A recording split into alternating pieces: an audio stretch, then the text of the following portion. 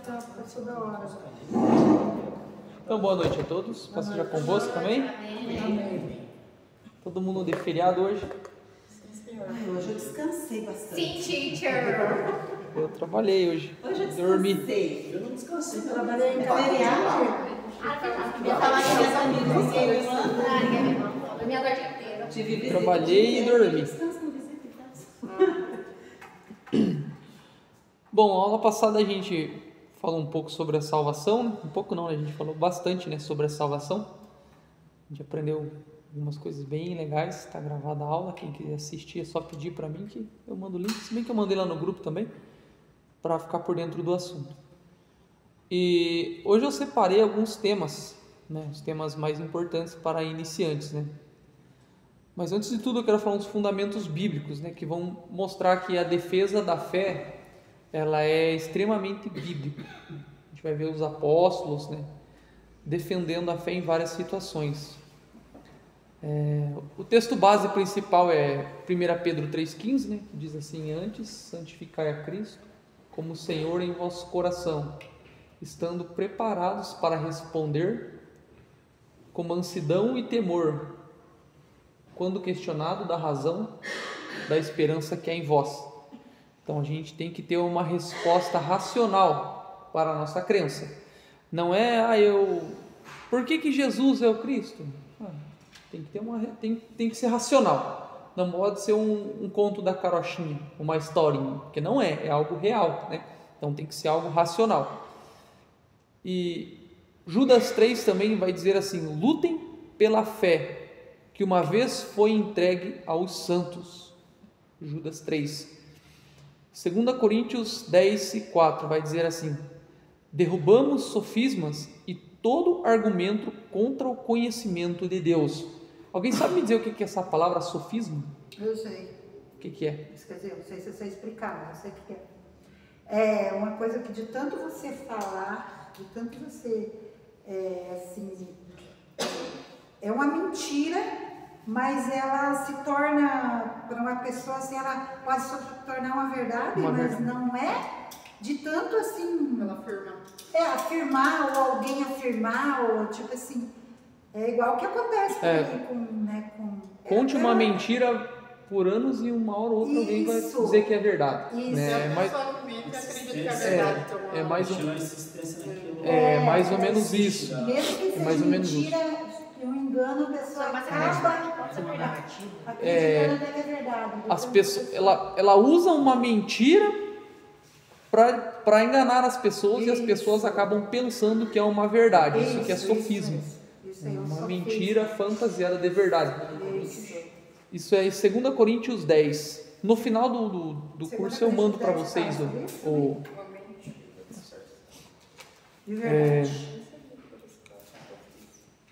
E isso acontece muito nos dias de hoje, né? Muito nos dias de hoje.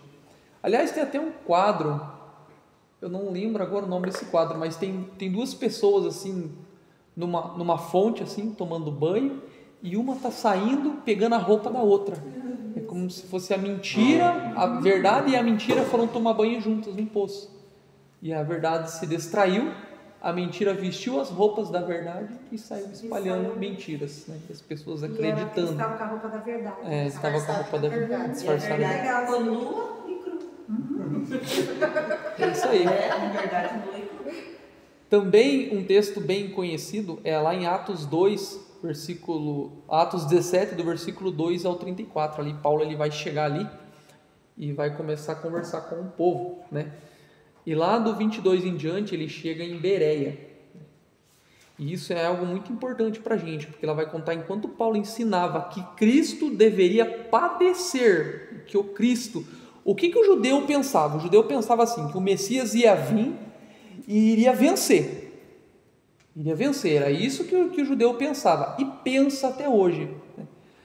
Aí eles olham lá, está dizendo que é Jesus, está dizendo que Jesus é o Cristo, mas ela está morrendo na cruz. Se tu és o Filho de Deus, salva-te.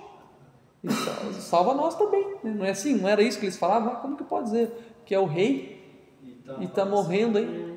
O Messias está perdendo a guerra aí? Não. Aí Paulo, nas Escrituras, apresentava aos bereanos, e os bereanos com as escrituras examinavam aquilo que Paulo falava para ver se era real. Isso está lá em Atos 17. E qual que é a intenção dessa história de Atos 17? É nos mostrar que nós não precisamos ser prisioneiros de falas de pastores. É óbvio, tem pastores que vão ensinar a verdade, mas por mais que eles ensinem a verdade, por mais que a gente tenha confiança, a gente é autorizado e também é instruído, é cativado a gente comparar com aquilo que o pastor pregou na noite, aquilo que alguém ensinou na internet, você pegar as escrituras e comparar. A gente tem esse dever, porque uma coisa que eu sempre falo, a fonte mais segura para você aprender sobre Jesus Cristo, sobre coisas da igreja, sobre a vida naquele tempo, é a Bíblia. É a Bíblia, é a fonte mais segura, não é nem a internet, é uma Bíblia física de preferência, né? O celular também não tem problema, mas a Bíblia, ela é a fonte mais segura para você aprender sobre Deus. Tem pastores que, pelo fato de viver muito tempo dentro de uma igreja,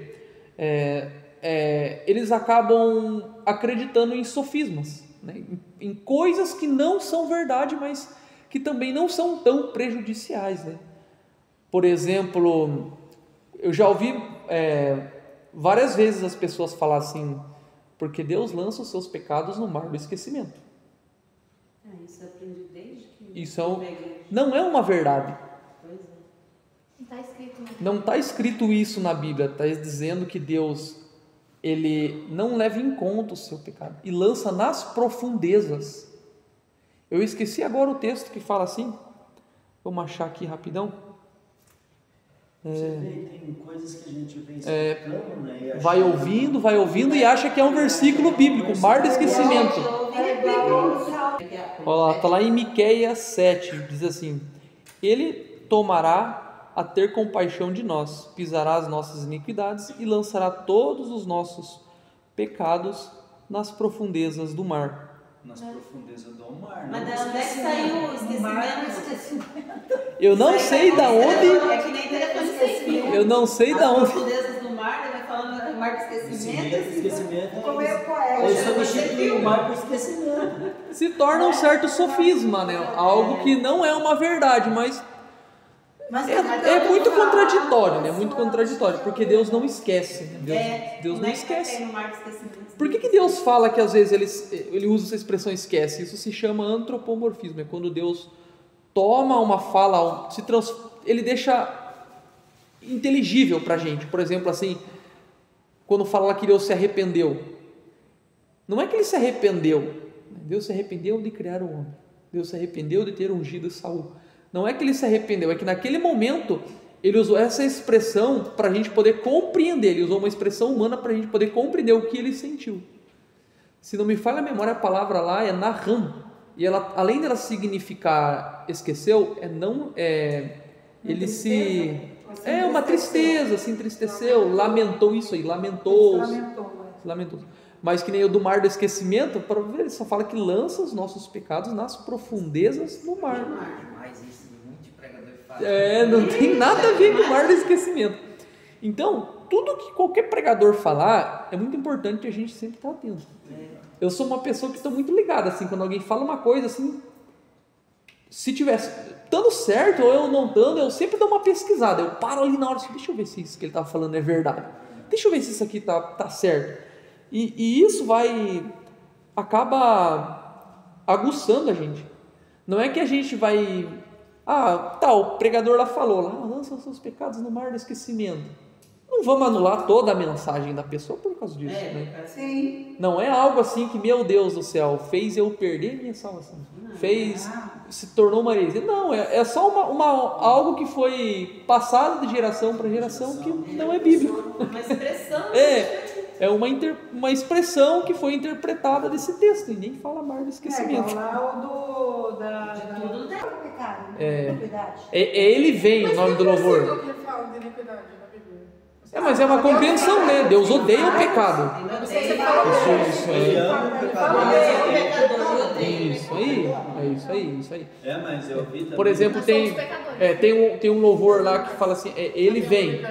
E ele virá num piscar de olhar. E quem estiver preparado Ele virá piscar de olhar. Isso. Quem estiver preparado com ele irá. Por exemplo, isso daí é 1 Coríntios 15, 52. Não está falando que ele vai vir num piscar de olhar. Está falando que os nossos corpos, num piscar de olhos, serão transformados. Não é que Jesus vai vir num piscar. Não. É nós, o nosso corpo. O nosso corpo será transformado num piscar de olhos. Não que ele virá num piscar de olhar, entendeu? Não tem nada a ver. Eu tava pegando isso e Outro louvor, aquele lá assim: não morrerei enquanto a promessa não se cumpre. Quem tem promessa de Deus não morre não. Tem a fé de Abraão. Aí você vai lá em Hebreus lá, vai ver lá e esses morreram e não alcançaram a promessa. Ai, por favor. É um negócio muito engraçado, né? Mas o louvor tem vários, né? Tem vários. É que assim. Qual é aquele que você não gosta quando nós canta? Do fogo da. Você fala, isso não é fogo do Espírito Santo, é o fogo do inferno. A gente está cantando como se fosse o fogo do Espírito Santo. Ele não deixou o Espírito Santo. Me batiza. Se for o fogo do Atos 2, show de bola. Mas se for de Mateus 4, eu não quero. Mateus 3 ou 4, eu não quero. Não é essa. Não é essa? Não, é uma outra. Então não sei. Porque tem o fogo do Espírito Santo. Então a gente tem a obrigação de avaliar a pregação usando a palavra de Deus, usando a Bíblia, ver o que o camarada falou ali. E hoje em dia é muito fácil, né? Se você tiver o chat GPT ali, o cara falou isso. Aonde está isso na Bíblia? O chat vai dar para você. Dá para fazer uma pregação muito grande, cheia de heresia, né? Igual eu falei, na maioria das vezes não é por má intenção, mas, por exemplo, se você for parado na rua por testemunho de Jeová ou Mormon, algo do tipo assim, Igual quando eles falam aí assim, tem que estar preparado. Então, vamos continuar. A nossa obrigação é examinar a pregação que ela tem que passar pelo crivo das Escrituras, né? E há um domínio básico para a gente começar, né, com a defesa da fé. A primeira é a existência de Deus, né? A gente tem que ter um argumento cosmológico. A cosmologia é a visão do mundo. Existem várias cosmologias, né? A nossa é que tudo foi criado por um ser, por Deus, né? Tudo que começa a existir tem uma causa. 0 mais 0, 0. Nada pode vir do nada. Nada multiplicado a nada é nada. Não existe algo que possa surgir do nada. Tem que ter uma causa. O universo teve um início. Algo que tem um início não pode ser a causa de si mesmo. Portanto, deve existir uma causa fora do universo. Eterna, imaterial e poderosa e atemporal, que deu origem a tudo, e essa causa é Deus. O universo começou a existir, nada começa em uma causa, logo o universo tem uma causa, essa causa é Deus. Ou seja, quando Deus cria o universo, Ele cria uma coisa muito importante: o tempo. O tempo é uma criação de Deus, por isso que Deus ele é eterno. E eterno não é um tempão, é a ausência do tempo. Não tem começo, nem meio, nem fim. É como se a gente estivesse em duas esferas, assim, né? Dentro dessa esfera aqui, roda o relógio do tempo, e Deus está por fora. Isso é eternidade. A gente tem às vezes essa compreensão: vou viver eternamente com Deus, é um tempão. Não, isso é infinito. E o infinito tem um começo, né? Se você começar a contar do zero, você vai contar infinitamente, mas o começo é o zero. Agora a eternidade não tem um começo, né? Então Deus ele tem que estar fora do tempo para criar. Tudo que existe depende de outra coisa. Deve existir um ser necessário e não causado, ou seja, Deus não tem início, nem meio, nem fim. Ele vai dizer lá em Êxodo 3,14: eu sou o que sou, ou serei o que serei, né? É uma autoexistência de Deus. O Salmos 92 também diz assim: de eternidade em eternidade tu és Deus. Ou seja, como que Davi podia conseguir explicar isso de eternidade em eternidade? Não consegue explicar. É a expressão que ele conseguiu usar, de eternidade em eternidade. Ou seja, é impossível você compreender essa eternidade de Deus. Tipo assim, como que Deus começou? Não tem como a gente saber. Será que Deus nasceu? Não tem como a gente saber. Ele é eterno. Ele é eterno. Atos 17, 28. Pois nele vivemos e nos movemos e existimos. Ou seja, Deus, ele é a causa do viver e do existir. Tudo se move nele, tudo, tanto o justo quanto o ímpio, tanto o bem quanto o mal. Só existe por causa de Deus, né? Colossenses 1,17. Ele é antes de todas as coisas e nele tudo subsiste. Lembra que na aula passada a gente comentou um pouco sobre se ia ficar eternamente no lago de fogo? O que a gente compreende quando a gente fala assim, vamos estudar Apocalipse? É o quê? É o fim dos tempos. O tempo é uma criação de Deus. Então, tudo que acontecer depois do fim dos tempos é eterno. Não vai mais existir tempo. Não vai existir um relógio contando as horas. A lua não dará mais a sua claridade, o sol não iluminará o dia. Qual que são as duas coisas que apontam quando é dia e quando é noite? O sol e a lua. Não vai mais ter dia nem noite. Vai ser um dia para sempre. Então todas as consequências depois do fim dos tempos serão eternas. Tanto o céu quanto o lago de fogo serão eternas. Por quê? Porque não tem tempo.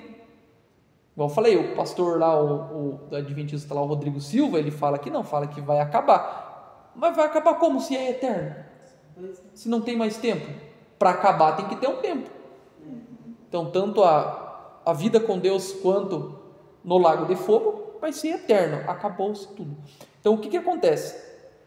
A nossa visão cosmológica, e ela é científica também, porque a própria ciência fala que tem que ter alguma coisa para gerar alguma coisa. 0 mais 0 é 0.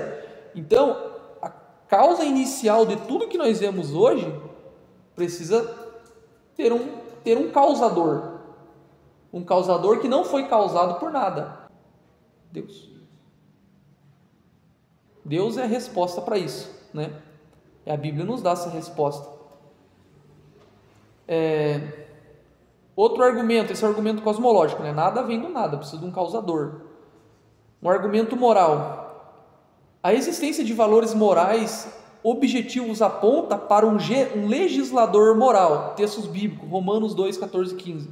A lei escrita no coração das pessoas, Miqueias 6:8. O que o Senhor pede de ti, que pratique a justiça, Salmos 19:7. A lei do Senhor é perfeita. Ou seja, existe um senso comum entre os seres humanos, que dentro deles, eles já sabem o que é o mal e o que é o bem.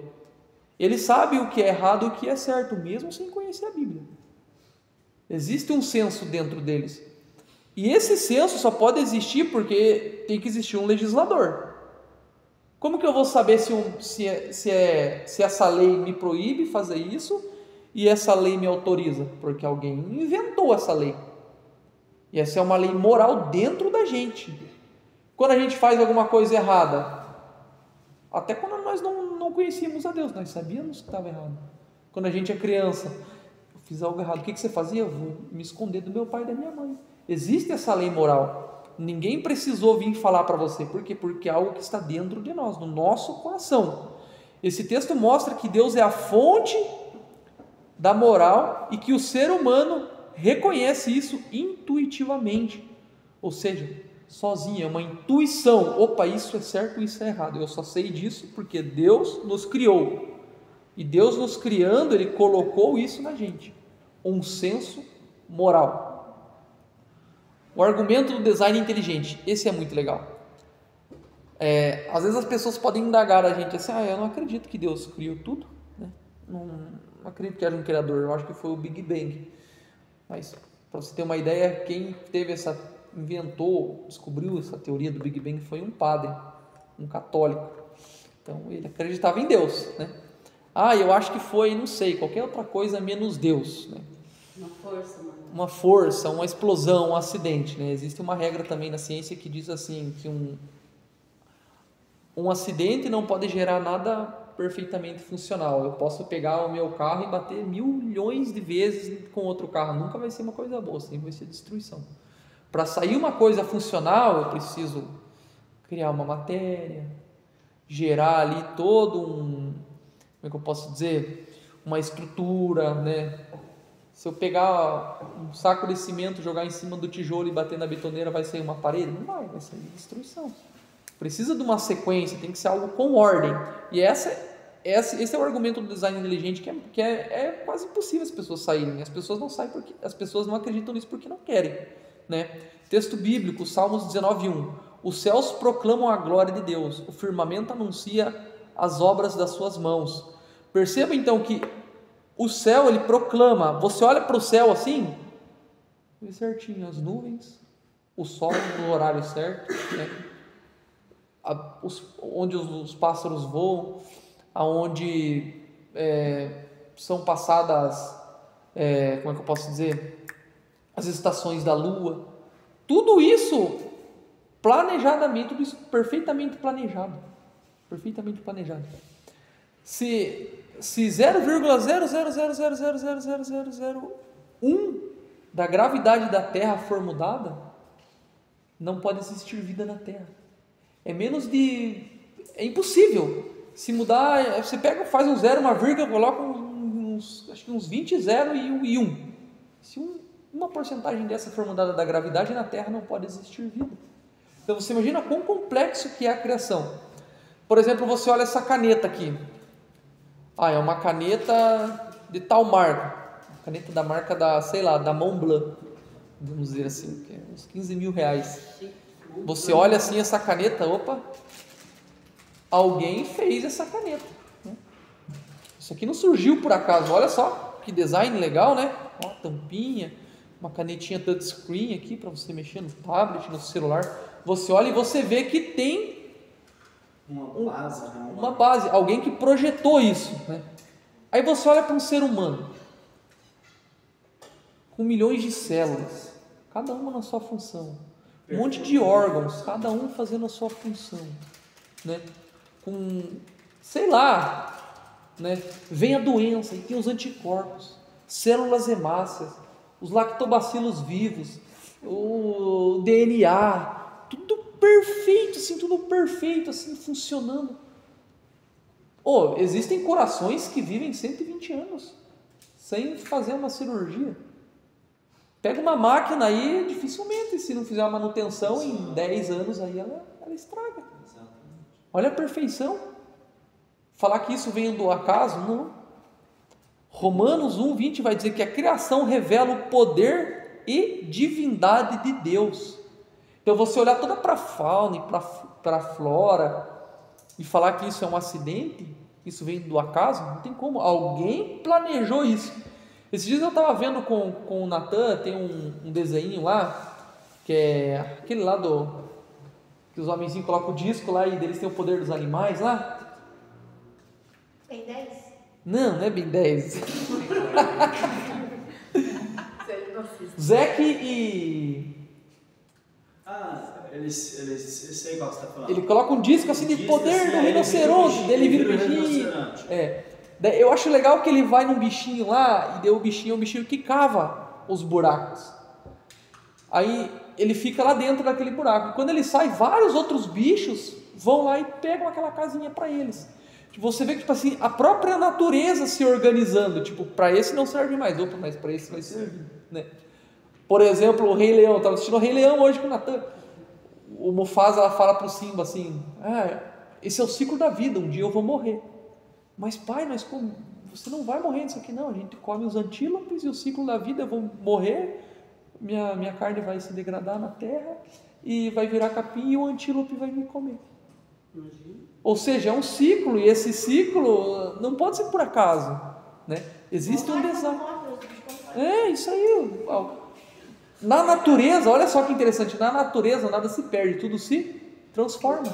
Eu estava vendo, acho que pouco tempo atrás, os cientistas estavam tentando reproduzir uma célula. Que o tamanho do computador, o mais inteligente do mundo, não tem capacidade nem de iniciar. Era algo que eu estava conversando hoje com o meu pai. A gente estava conversando lá, estava mexendo na casa, a gente estava conversando. Daí eu falei assim, a gente estava falando sobre o DNA, né? Daí eu falei assim para ele, falei, pai, o cientista ele consegue fazer um cérebro, conseguem, com inteligência artificial eles fazem. Eles conseguem fazer um olho, uma câmera, podemos dizer. Eles conseguem fazer uma mão.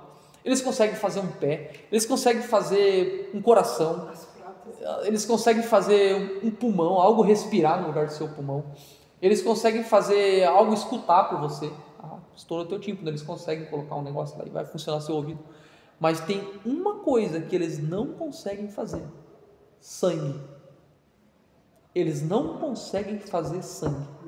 É a única coisa que eles não conseguem fazer sangue. Se conseguisse, precisava fazer esses transplantes. Não precisavam de doação de sangue. Eles não conseguem e nunca vão conseguir. O cientista não pode dar vida a alguma coisa, só Deus. E o sangue é vida. No sangue contém a vida. Né?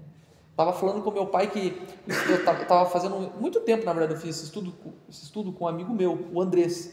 Ele é lá da Colômbia. E daí ele falando, né, a gente falando sobre o DNA, né, ele falou que os cientistas viram um estudo que o DNA ele pode carregar memórias dos nossos antepassados. Por exemplo, eu conversando hoje, eu falei assim, nossa pai, eu já tive sonho assim que eu estava na Segunda Guerra Mundial assim, e eu estava lá, era eu lá, e eu levei um tiro e coisas assim que parecem tão reais assim, tão reais, a gente sonha e fala, nossa, parece que era eu mesmo que estava lá. Isso é algo que a ciência não consegue explicar. O nosso DNA, e uma prova bíblica disso é que todos nós somos contaminados pelo pecado de Adão.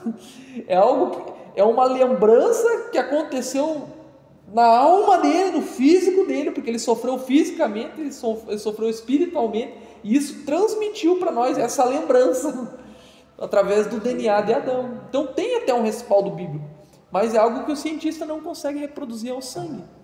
Mas Deus consegue reproduzir o sangue. De tão complexo que é. Então, falar que isso surgiu do nada, não dá, né? Então, recapitulando, né? Cosmovisão, tudo tem que ter um causador. Argumento moral, o ser humano mesmo não conhecendo a Deus, ele sabe o que é certo e o que é errado. É um senso de moralidade colocado no Criador na gente. Design inteligente, tudo funciona perfeitamente, né? Fauna, flora, as nossas estações do ano, sempre certinho, né? Outra também muito importante é os manuscritos, né? Sobre a confiabilidade da Bíblia, né? Tudo isso que eu falei aqui, eu dei versículos bíblicos, mas tá, Ricardo, eu não acredito na Bíblia. Não acredito na Bíblia. Eu acredito em Deus, mas não acredito na Bíblia. Tá, mas como que você sabe que Ele é Deus? Qual que é o documento que apresenta para você que Ele é Deus? Qual é a prova documental que você tem? É a Bíblia. Ah, eu não acredito na Bíblia porque foi escrito por mãos de homens. Você acredita no jornal que escrevem, foi escrito por mãos de homens. A Bíblia é um livro antigo com o maior número de manuscritos preservados e com a menor variação textual significativa. Ou seja, existem vários manuscritos escritos e existem mínimas variações textuais, mínimas variações textuais. Isso mostra que o texto foi copiado e transmitido com grande fidelidade ao longo dos séculos. Isaías 48 vai dizer assim: a palavra do nosso Deus permanece para sempre. Mateus 24, 35, o céu e terra passarão, mas as minhas palavras jamais passarão. Ou seja, a Bíblia, sobrenaturalmente, ela atravessou milênios. Começou lá com Moisés. E o mesmo mandamento que Moisés aprendeu lá, amarás o seu Deus. O mesmo mandamento que Moisés aprendeu lá, honra seu pai e sua mãe. Hoje nós temos acesso. Não tomarás o nome do seu santo Deus em vão. Todos aqueles mandamentos, imagine, milênios atrás, e hoje, até hoje, isso é preservado. Isso só pode ser algo sobrenatural, né? Se eu falar para vocês replicar essa aula de hoje aqui, alguma coisa vai ser diferente. Falar para que daqui 10 anos, replique em aula lá. Alguma coisa vai sair daqui a uma semana, se 10 anos. Daqui a pouco. Alguma coisa vai sair diferente. Mas a Bíblia não. É algo sobrenatural, né? A arqueologia ajuda bastante a gente. As descobertas arqueológicas constantemente confirmam nomes, locais, costumes e acontecimentos narrados na Bíblia. Por exemplo, a Grande Babilônia foi encontrada lá por um arqueólogo, esqueci o nome agora do arqueólogo, mas foi encontrada a cidade inteira de Babilônia. E a Bíblia nos relata, né? Assim, inglês, é o nome? então, e a Bíblia fala sobre a Babilônia. Eu sei que é Holdfast.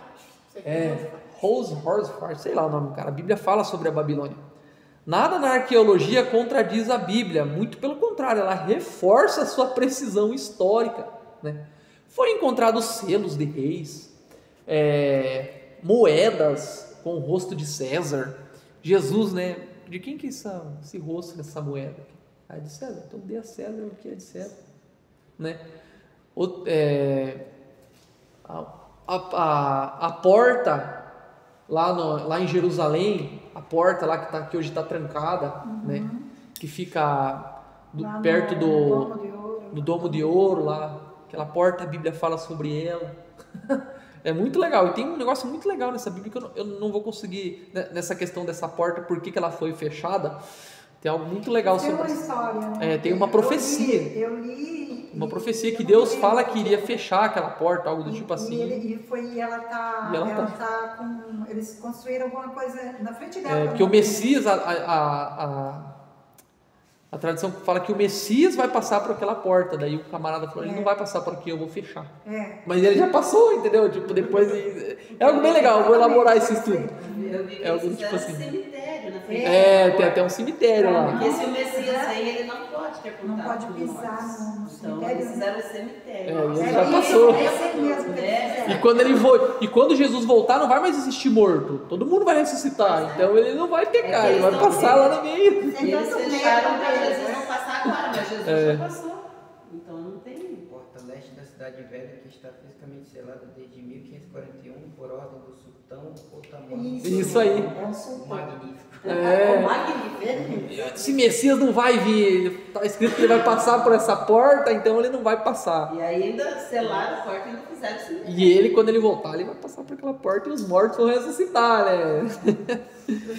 Lucas, textos bíblicos, Lucas 1 até do capítulo 1, do 1 ao 4, vai dizer que Lucas afirma que investigou tudo minuciosamente e registrou os fatos históricos reais. João 19,35, aquele que viveu, isso deu testemunho, e o seu testemunho é verdadeiro. Salmos 85,11, a verdade brotará da terra. Simbolicamente, né, a arqueologia ela confirma a verdade bíblica. O cara vai cavucando e vai achando as verdades. Foi achado também, se eu não me engano,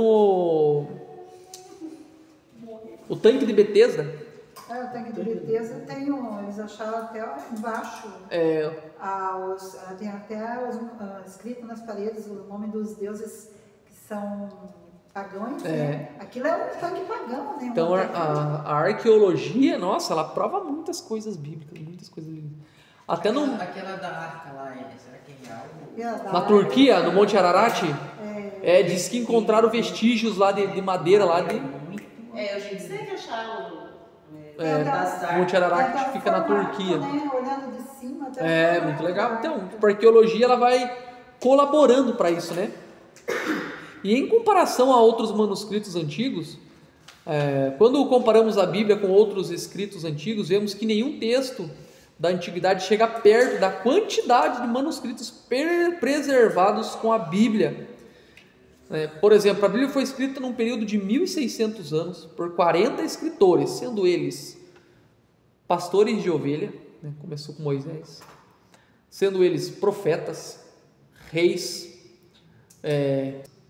pescadores. Então você vê que todas essas 5 classes que eu falei, existem níveis e posições totalmente diferentes. E todos eles sempre falando a mesma língua. Nenhum deles se contradiz. Isso médicos, foi... né? Comparar um médico com um pescador, conhecimento. Compara lá o rei Salomão com o Pedro o pescador. E eles não se contradizem. E num período de 1.600 anos, em 3 continentes diferentes, Ásia, Europa e África, em 3 idiomas diferentes, aramaico, hebraico e grego.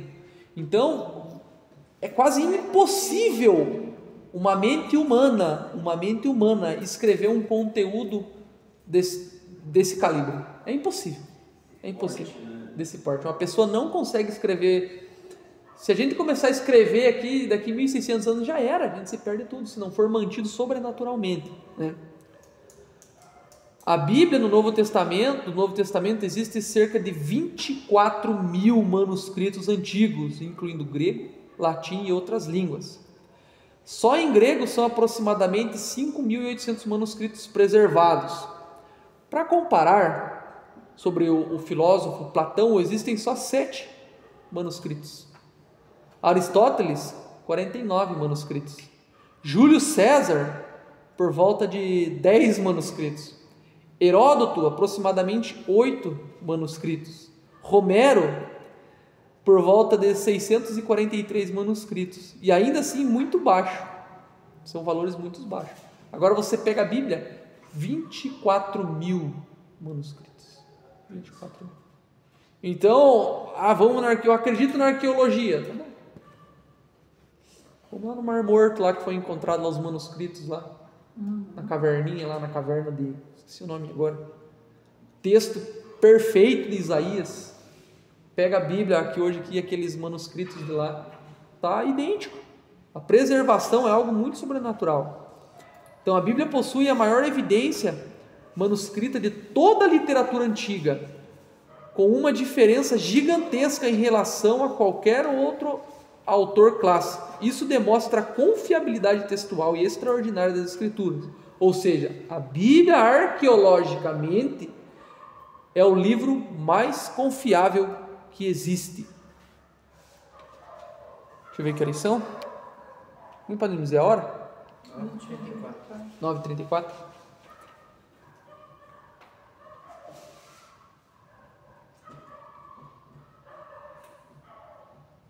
Testemunhos apostólicos, martírio, né? Os apóstolos foram testemunhas oculares da vida, morte e ressurreição de Jesus Cristo, deram sua vida por testemunho.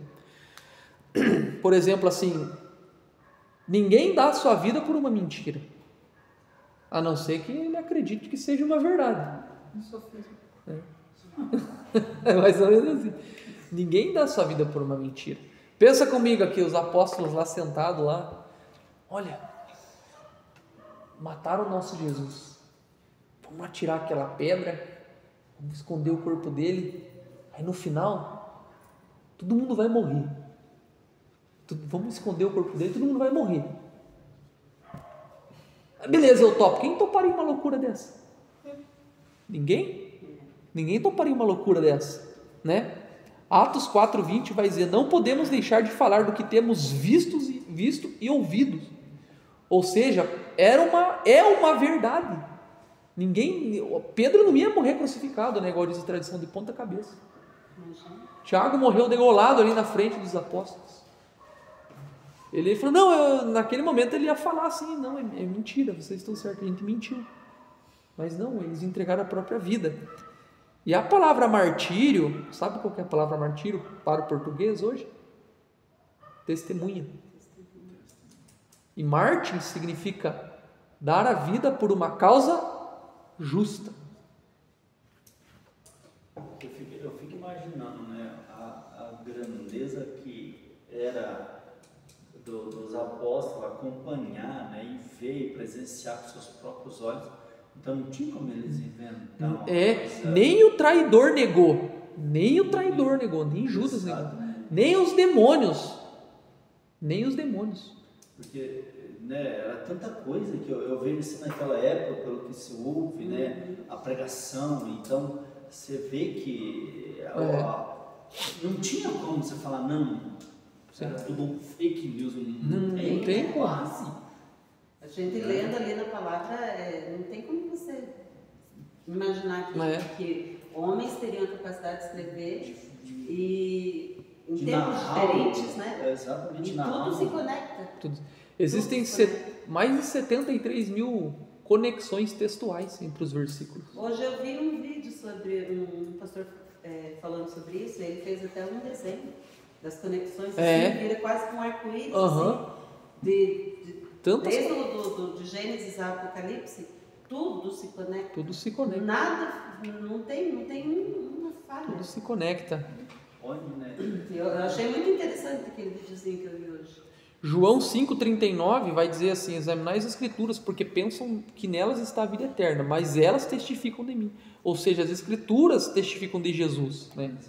Ou seja, para você ter uma ideia como tudo se conecta, esses dias eu postei uma frase lá que diz assim: todos nós somos Jacó, porque todos nós se apresentamos ao Pai na pele do nosso irmão mais velho. Nós só podemos se achegar a Deus porque estamos na pele de Jesus Cristo.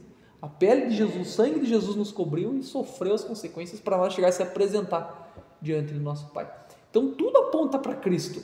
Todos os textos se conectam. E fazer isso num período de 1600 anos é impossível. Se não for Deus, é impossível. E as pessoas usam ainda essa frase, é que a Bíblia foi escrita por homens. Tipo, tira toda, né, a credibilidade da Bíblia, porque foi homens que escreveram. Mas veio assim que foi homens que andaram, né? Eles viveram. É um argumento muito irracional. Sim, é um argumento sem sentido. Você fala assim, tá, mas você sabe quanto tempo faz que a Bíblia existe? 1600 anos.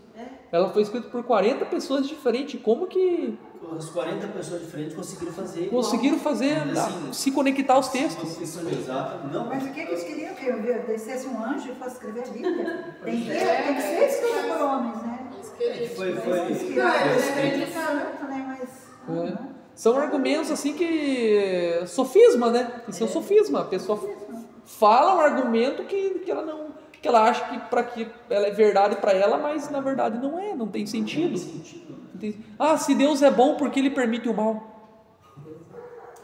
O mal é culpa do homem. Deus não pode escolher o mal. Se Deus escolher o mal, Ele não é santo. Se Deus já sabe tudo que vai acontecer, por que Ele não para antes de uma guerra que teve? Não, por quê? Foi a pregação. 1 Pedro 3,18. Porque não foste comprado nem por ouro, nem por prata, nem por coisas vãs ou corruptíveis, mas da maneira vã que vocês viviam, mas foram comprados pelo precioso sangue de Cristo, que é conhecido antes da fundação do mundo. Se a pessoa pensa que o primeiro plano de Deus foi criar o homem, está errado. O primeiro plano de Deus foi o sacrifício de Jesus Cristo. É conhecido antes da fundação do mundo. Ele já pensou ele já sabia que o homem ia pecar, então ele já deu a solução. O plano de redenção é antes da criação. Antes do haja luz, Deus falou, haja cruz. Então, a gente saber defender a cosmologia, Deus é o criador de tudo, é uma causa. Deus é onisciente, Ele sabe de tudo. A gente defender Deus sabe o que eu estou fazendo no coração. O design inteligente, por exemplo, se olhar as coisas assim e dizer que foi criado por acaso, a própria ciência fala que é impossível. Igual eu estava vendo. A arqueologia nos ajuda. Sem te interromper, cara, eu estava vendo, Por exemplo, também as profecias, né? O nascimento de Jesus Cristo em Belém, Miqueias 5:2.